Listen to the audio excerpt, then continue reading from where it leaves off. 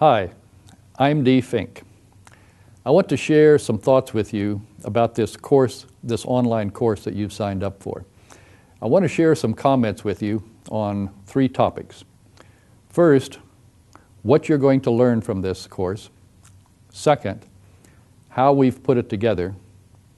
And third, what you can do to make sure you have a high-quality learning experience. First, what will you be learning from this course, and what will you be able to take away from it? Think about your own experience as a student and about the experiences of your students. When your students take a course, when anybody takes a course, they always have a learning experience.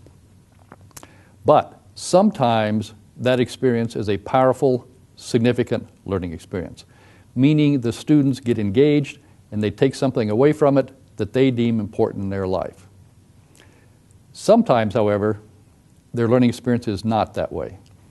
They may cover the material, they may pass the test, but when the course is gone and they're on in life, the course has absolutely no impact on their life, their personal life, social life, civic life, professional life. Now, if you're a person who cares about your students, and if you're enrolled in this course, you clearly are one of those people, then you want your students to be on that end of the spectrum where students are having a powerful, significant learning experience. And if you want that for your students, you have to answer two questions. First, what might you mean by a significant learning experience? And second, how can you put your course together in a way so that a high percentage of your students will have a powerful, significant learning experience? This course is going to give you clear, strong answers to both those questions. Also, when you finish the course, you're going to have two takeaways for yourself. First, you will have finished the design for one of your courses. We're going to go through the various steps, and you're going to work on one of your courses and put all the pieces together so that when you're done, you will have that course more or less designed. But second, along the way, you're going to be learning about the principles of good course design so that in the future you can design any course so that your students have a powerful, significant learning experience. The second topic I want to talk with you about is how we put this course together. My initial idea was that we will simply write out some materials and let people read them and learn from them about how to put a course together.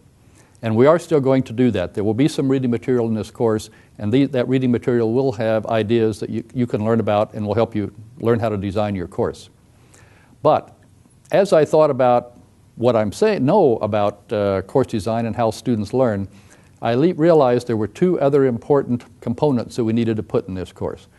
The first is that when people learn, it really helps if they can dialogue with other people about what they're learning and their understanding of it and what they can do with it. And second, it's also important for people to get feedback on the quality of their work. What's good? What could be better? So we've designed this course and added these other two components into the course.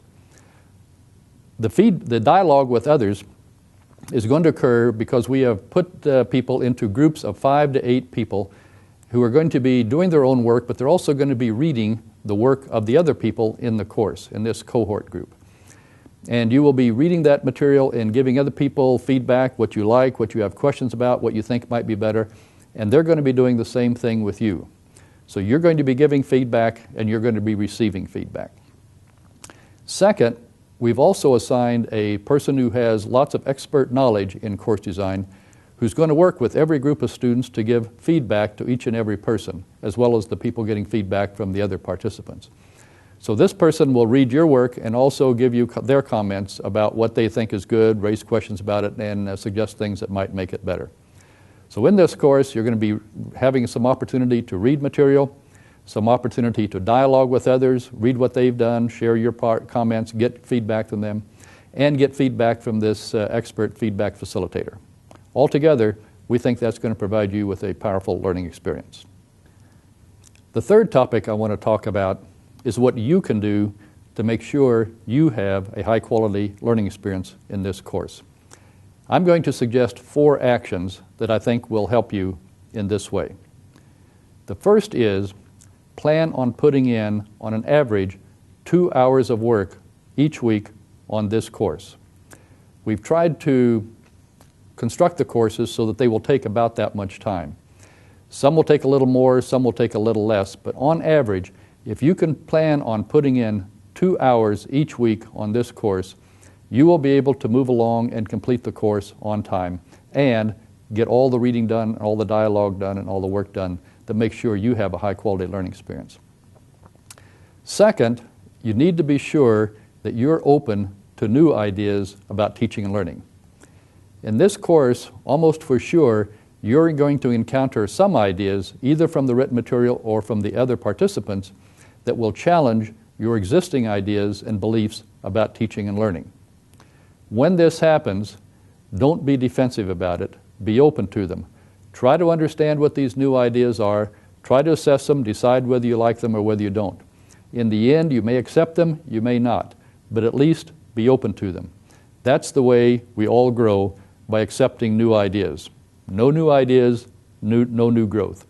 So just be open to any of the new ideas that you hear that are different from what you already believe at the present time.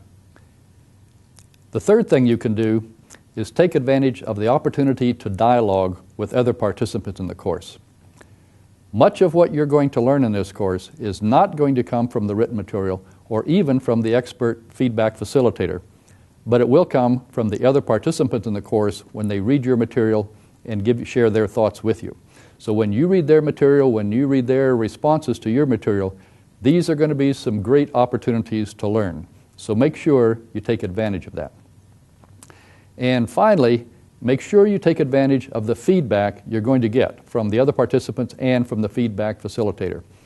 When these people look at your material and say, something here I think could be better, again, don't be defensive about that. Don't reject it right away.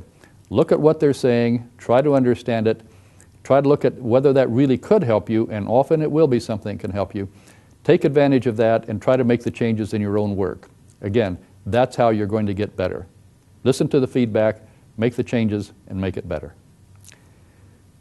If you can do those 4 things, put in sufficient time on the course, be open to new ideas, take advantage of the opportunity to dialogue, and take advantage of the feedback you get from other people, you're going to have a powerful learning experiences. And if you can do that, 4 months from now, you're going to be capable of designing your courses so that your students have a significant learning experience. And that's going to make a big difference in their lives. And it's going to make a big difference in your life. Your teaching will be more fun, more exciting, and more rewarding for you as a teacher.